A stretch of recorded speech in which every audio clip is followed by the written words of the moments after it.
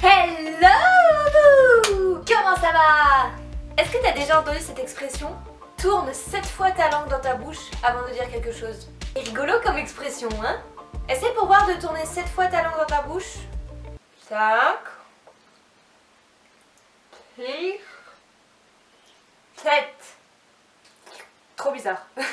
Mais est-ce que tu sais ce que cette expression signifie? Qu'est-ce que ça veut dire en gros?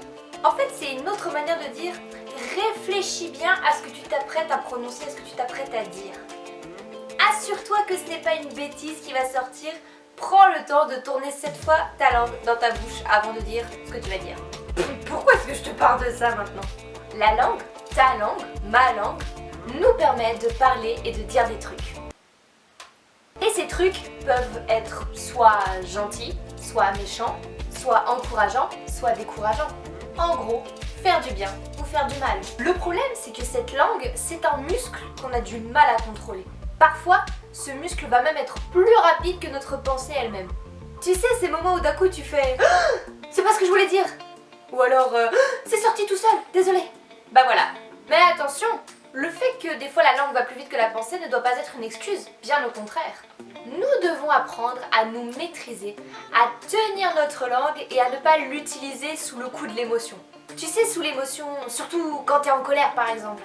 Bah ta colère elle est tellement forte, tellement présente en toi que d'un coup ta langue elle a envie de dire un tas de choses. En fait quand t'es en colère, c'est le moment où la langue elle est hyper en forme. Tu réfléchis plus, tu réagis sous le coup de la colère. Tu ne te contiens plus, tu ne te retiens plus et donc la langue elle s'en donne un cœur joie et...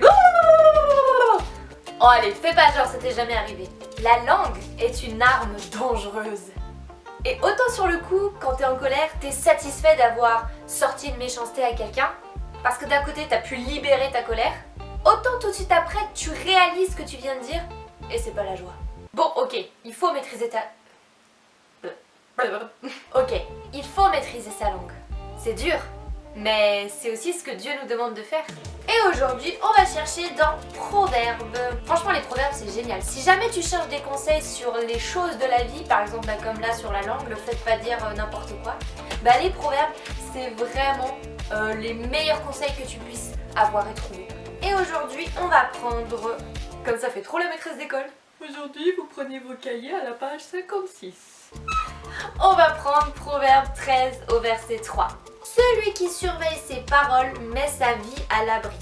Celui qui dit n'importe quoi s'expose à la ruine. Pou, pou, pou, pou, pou. Il y a des personnes dans la vie, c'est des vrais moulins à paroles. C'est dingue! Ils ont tout le temps un truc à dire, c'est fou. Et surtout, ces gens-là, c'est pas souvent du positif qui sort de leur bouche, bien au contraire. Mais la Bible nous dit que si on veut éviter les problèmes, si on veut éviter de s'exposer à la ruine, on doit se taire. Non, du moins, il faut faire attention à ce qu'on dit. Moins tu en dis, mieux ce sera. On te demande pas d'arrêter de parler ou de dire ton avis sur certaines choses. On te demande de faire attention et de ne pas dire les choses comme ça, de manière impulsive, mais de manière réfléchie. Celui qui surveille ses paroles, c'est pas celui qui s'arrête de parler, mais c'est celui qui fait attention, qui prend garde à ce qu'il va dire, qui a bien conscience des conséquences que ça peut avoir. Tu te rends compte que Dieu a créé le monde par la parole. Ça veut dire que les mots ont un pouvoir, ils peuvent créer des choses, c'est dingue! Oui, tes mots ont un pouvoir. Et comme on dit si bien, un pouvoir, un grand pouvoir, implique de grandes responsabilités. Et si tu te servais de ce pouvoir pour encourager, pour aimer, pour sauver des vies? Essaye cette semaine, tu risques d'être surpris du résultat.